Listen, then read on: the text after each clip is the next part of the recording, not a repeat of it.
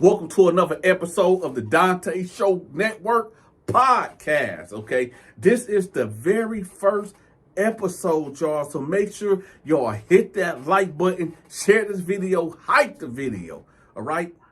Now, before we get into that, let me give y'all the quick story, okay? The quick itinerary. So, Saturday and Sunday, I'll be doing the podcast. Monday through Friday is strictly story time, okay? Now, let's get to it. So, Puff Daddy,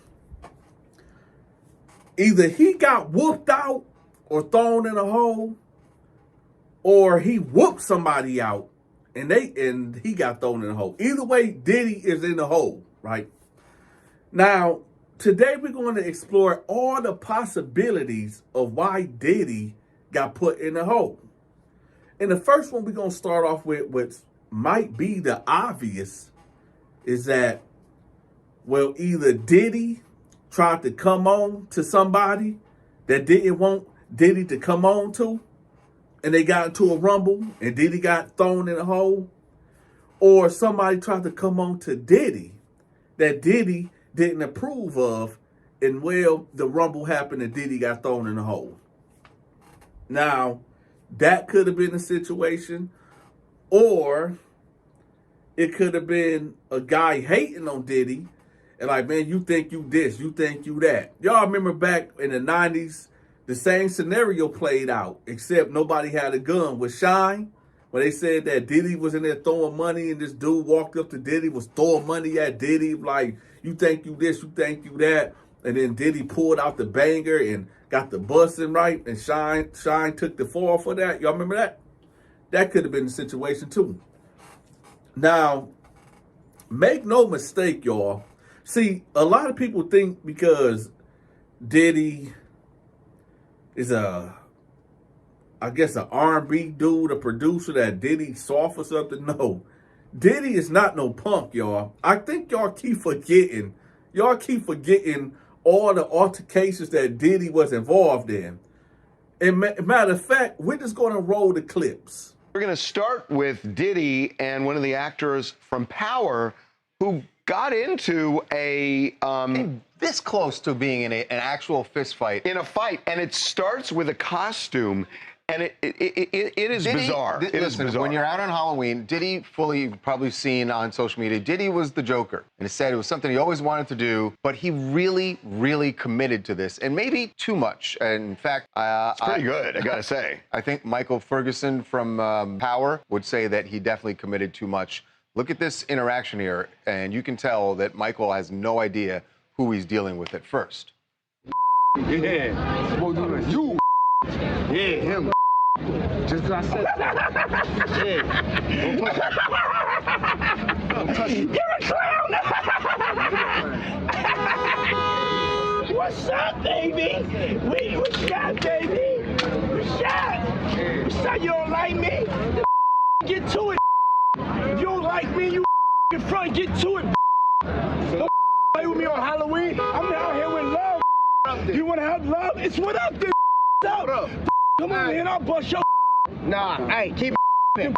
Make sure you don't never talk to me like that. Love, man. Do you know who I am? Bro, you know who I am. It's all love. It's all love, bro. It's all love, bro. Yo, bro. It's all love. It's Puff. Come here, give me a hug, though. You lucky, though. You lucky. You know, I'm really about that. But I love you. And we're together. We're stronger together. You like come to the after party and change your mind. So I love it. At the end, he gets an invite to the after party. Does Ferguson and Michael have any idea that it's? He didn't ever have an idea. You heard him. He said it's Puff because Diddy kept asking. He kept saying, "Do you know who I am? Do you know who I am?" And I'm guessing one of the other guys there maybe whispered it to him because he. And Charles, I think you can hear that it's Diddy's voice to me, and I would have been confused. Changes. You're right. There's a part where he changes, and it's clearly But Diddy why were they speaking going to get in a fight? I mean, it's weird. I mean, this role playing in costume is dicey, but Why were they about to fight? Well, to me, it looked like, Diddy was obviously taking it very seriously and was being a little bit aggressive towards Michael. And I think Michael probably does. He has no idea that it's Diddy, obviously, and he thinks it's just some crazy person screwing with him. Yeah. I would have been defensive, too, if I was Michael. I think it looks like they're somewhere in Hollywood, doesn't it? That's what it looks like. Yeah, it is. It's in Hollywood. And what do you expect in Hollywood? Yeah. Well, Harvey, if people out there you don't expect someone to come up and get in your face that way. So I get why Michael would get his back up and be like, hey. On Halloween, yes, you do. It can be scary. If people, don't live in L.A. and you wonder, Hollywood, it's not just all, these A-list movie stars walking around. It can be dicey in some places. And, yeah. Michael could have thought that was one of the people who, acts out in front of the Man's Chinese Theater, I understand that, but it is Halloween. I'm not criticizing him for it. It's just weird to me that it's Halloween, for crying out loud. And what was Diddy? But the guy was screaming at him. Diddy was screaming at him as Joker before he knows what the Joker does. Yeah, but he's screaming, "You want to fight? Get over here!" And using other language that obviously you heard was bleeped out, but that was clearly meant to agitate Michael, and it did. I don't know. If I were in his position, I would see where I would. Can I ask? Because get upset. I haven't heard the unbleeped version of this. Did he use a racial epithet? He used it, but not hurling it at him. He did use. Well, I guess what I'm wondering. He did use the N-word at one point. So if he did Michael know that the person? He has no idea who it is. No. But for all he knew, it was a white guy that's all of a sudden hurling the word. Right. Do you know this? I should say this, guys. Michael, do not feel bad about yourself. You're not the only person that was got by Diddy, because Tyler, the Creator, he also. What's up? Hey, yo, check this out, man. The last time y'all did this, man, y'all did the whole campaign, let the Lox go and all that. Y'all ain't want to be down with Bad Boy, so we let y'all go. Y'all want to be down with us, we let y'all go, we keep it moving. But to get on there and portray like somebody got to go and steal and rob and be shysting, y'all, that ain't really correct, you know what I'm saying? First of all, I'm at my office right now. I'm always accessible. Y'all ain't got to get on the radio and do certain tactics and do certain things to ever holler at me. Daddy Kiss, last time I saw you, I told you, let's get together, let's talk. You know what I'm saying? I told you I'm accessible. I said if anything don't come, if there's somebody standing in the way for you expressing yourself, or any of y'all expressing yourself, y'all can come get at me directly. You know what I'm saying? All that on the refrigerator and you gonna kill, y'all ain't killing nobody, man. You know what I'm saying? We businessmen. We all mature adults here. All that right there, I'm at my office. Y'all can sit on this interview with her and talk as long as y'all want to talk about it. Or you can take the invitation I gave you before. But it's not even getting there because of your get on the radio, whatever tactics. I ain't your enemy. Dog, we just you need to bang like that on cats that's coming at you. I ain't your enemy. Just yesterday we got a note from your office saying you don't have no idea of none of this or none of nothing. Just yesterday, your lawyer told us that. I see you at the show backstage. You said find out what it was. But don't sit here and portray like Puff took nothing from y'all. What is it? What is it? What do you call it? If it's 10 years, what do you call it? And don't say we can come to your office or do none of that, because we can't do none of that. We can't handle it no other way but with lawyers, and you know that, so don't get on the radio and act like a tough guy or none of that. Wait, you know how we can settle You acting tough. I'm in my office, so why don't we stop talking on the radio?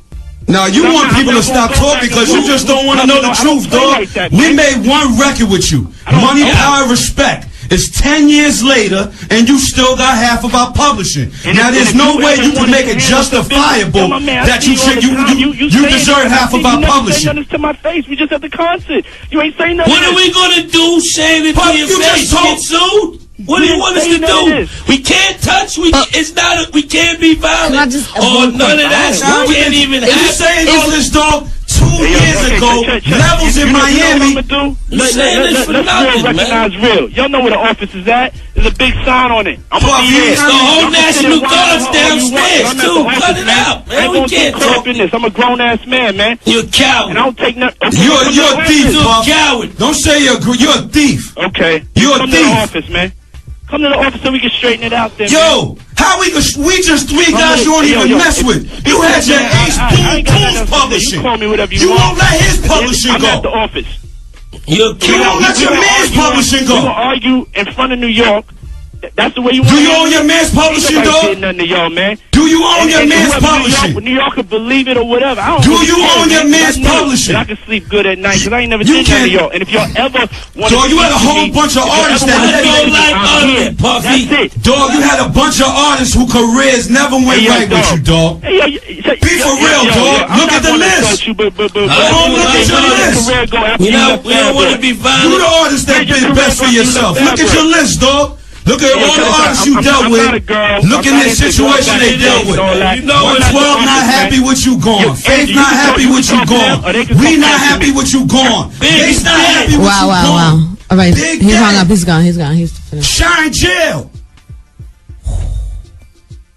He says that, but what do you mean you ain't a thief or robbing? Dog, it's 10 years. We made one album with you. You got half of our publishing. Don't try to make it. Don't try to get on this phone with you a tough guy, because all you do is direct us to the lawyers. And you said that we had a face-to-face with this man in Miami, Levels, 2 summers ago. You know what he said? Yo, dog, y'all been through a lot. I know that. I know y'all felt it never went right with me. I feel like I got wrongs to right. This is what he said out of his mouth. This is what he said out of his mouth. You the one who came back coming to see if we want to get signed and do all that again. We want our publishing, dog, and we got a right to that. It's been years now. Years you had our stuff. Nobody, pardon us. Pardon him, he was wrong for threatening you or your life over the radio or whatever. But that's frustration. He didn't threaten. Let's just clear. He didn't threaten. He said it's worth. It's being. Pardon me. You're right. He didn't threaten you. But it is worth it. He don't understand that because you just been robbing people for years, and people could look at it. And you could look at what he said. Then you look at us, and you look at his catalog of artists he had. And you sit back and do the homework yourself. You go home, forget what we said, forget we the streets, we the Lox. This is how we voice our opinion, and this is how we voice our opinion, because we ain't corporate. Y'all can see Diddy is not a punk. In fact, Diddy could possibly be a psychopath. Y'all let me know in the comment section, why do y'all think Diddy got thrown into solitary confinement? And again, y'all, every Saturday and Sunday, I'm dropping back-to-back podcast episodes, okay? So y'all make sure y'all stay tuned. And yes, I'm still doing stories, y'all, Monday through Friday at 9:30 a.m. and at 7 p.m. So y'all be on the lookout, all right? If you ain't signed up for my Patreon, make sure you sign up for my Patreon. The link will be pinned at the top of the comment section, all right? All my exclusive videos is over there. You know, the story times that I can't put on this channel is over there. And any videos that I do get uploaded over there first before it come out on YouTube, all right? So with that, y'all be safe. Leave me a tip, man. I know y'all see the Cash App. I know y'all see the Cash App right there, man. Leave your big partner a tip, man. I got a quick question for y'all. Quick question. When Diddy get out and he throw the biggest party of the universe and you get a ticket, you get an invitation, which a lot of us ain't, are you going? Let me know in the comment section. Will you go to Diddy's party when he get out? Now, I know a lot of you fake motherfuckers out there going to be like, oh, I ain't going to Diddy party. I ain't going to his party. Well, you wasn't invited. But let's just say you was invited. I'm going. I'm going. You want to know why? Oh, Donta, you going to Diddy party after what he did to Cassie? You still going to go? Man, I got an uncle that's like that. I got a brother that's in prison right now doing 8 years for domestic battery and all that's against his girl. Yeah, I'm going. Why? We ain't going to act like y'all ain't got friends that's like that. We ain't going to act like that. Some of y'all is like that y'all put your hands on women. Some of y'all is like that, right? But nevertheless, this is the reason why I will go. I'm going there to network. I'm going there to network and meet people, okay? I'm trying to get into the film and entertainment industry. So, yes, I'm going to network, okay? I'm not worried about Diddy. Listen, I'm going to tell y'all why I'm not worried about Diddy. Number one, I can fight. I can fight, okay? So, Diddy ain't going to be pinning me down and all that crazy stuff, right? Another thing, I don't drink. I might drink a little Stella Rose here and there or whatever, but I don't drink like that at all. So the things that people might get caught up in, which is at these Diddy parties, I'm not with it. I'm not with it at all. So, hey, I'm just going to network, y'all, and that's it. Y'all let me know. Would y'all go party with Diddy when he get out? Let me know in the comment section. In other news, we got a school bus driver dubbed the name Santa Claus convicted of SES acts with students on board. What? Gwinnett County, Georgia. A former Gwinnett County school bus driver has been convicted of performing a you-know-what act on himself while students with special needs were on board. Stephen Edward Wilkins, 67, was found guilty of 6 counts of child, station and 4 counts of public indecency. He was sentenced to 20 years with the first 5 to serve in prison. Hold up. Let me read that again. He was sentenced to 20 years with the first 5 to serve in prison. Okay, with the next 15 years, what, he's going on home confinement? What do that mean? Back in 2023, Channel 2 Gwinnett County Bureau Chief Matt Johnson obtained arrest warrants that reveal Wilkins allegedly committed the crimes during dismissal at Swanee Elementary School on 4 different days between January 30th to February 9th. Prosecutors say in February 2023, a parent noticed Wilkins behaving suspiciously to school officials. They say Wilkins pulled out a tablet and performed the act while waiting in the bus lane at Swanee Elementary School with at least 1 student on the bus each time. Wilkins resigned later that month after being pulled from his bus route. Prosecutors say he also worked as Santa Claus at an area church during the holidays. Wilkins will be required to register as a offender. You know what's crazy, y'all? There's a lot of crazy in that whole thing, but this dude plays Santa Claus at a church. And y'all know what happens when they play the Santa Claus role. Millions and millions of kids sit down on this dude's lap. So, with that being said, my biggest concern is he only going to do 5 years and then the rest at home or on probation. No, I don't think that's right. On another note, y'all, we have another criminal. Prosecutors said she has a history of criminal convictions, was just released from prison, and is prohibited from having a gun. Milwaukee woman shot 12-year-old in dispute over water bottle sale turf. Prosecutors says. All right, y'all. This right here is going to be a really strange one. I'm going to tell y'all why. Because, okay, this happened in Milwaukee.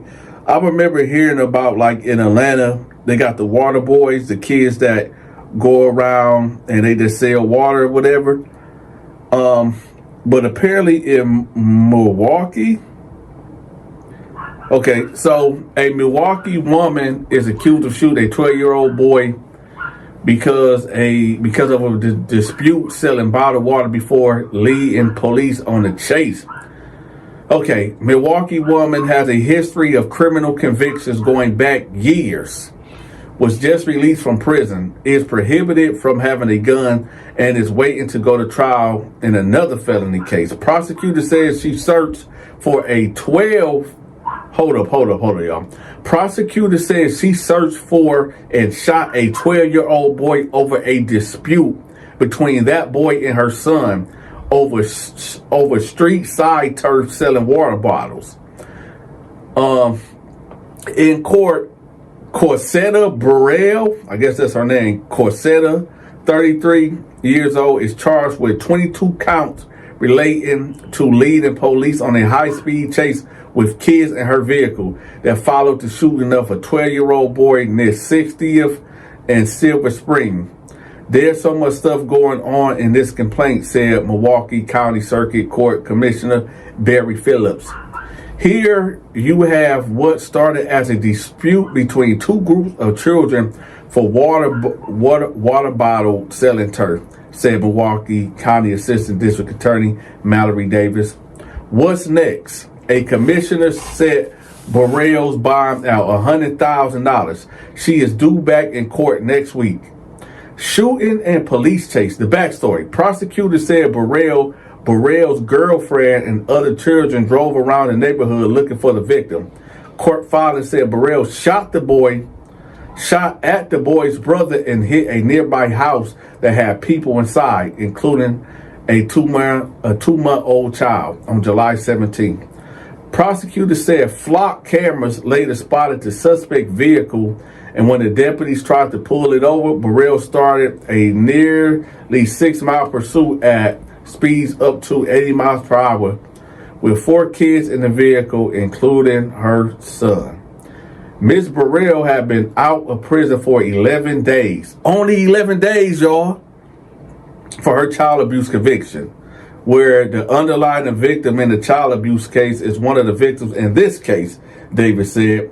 She understands the severity of the charges and has mentioned she will attend any and all court appearances for this case, said defense attorney Isabella Ramirez. And she just mentioned to me on July 17th, when she missed her court appearance, she was in custody. Wow. A woman calls herself a hero. She calls herself a hero, y'all. Let's see why. Burrell was set to go to trial this past Monday in a felony ID theft case. Court records show she was in custody on the day of the shooting. That day, her attorney appeared in court requesting an adjournment of the trial date because of a family emergency. It is unclear whose custody Burrell was in and why she was released. The Milwaukee County Sheriff's Office said Burrell hasn't been in his custody since February 2026. And MPD said Burrell wasn't in their custody until her arrest. Once in jail, prosecutors said Burrell admitted on a recorded jail call to shooting a boy and called herself a hero. Nobody in the community, nobody in the hood thinks that somebody that shoots a 12-year-old kid is a hero, said Phillips. You are not a hero. You did this. You're a zero. My thing is this, y'all. This woman just got out of prison, just got out from doing 11 years, right? And as soon as she get out, her son is having a beef with some other kids or whatever. And she go out and go riding and she go follow, she get to busing, right? She shoot the 12-year-old and shoot at other people and shoot a house full of innocent people.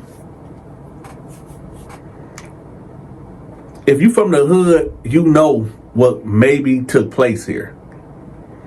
You probably know what took place here.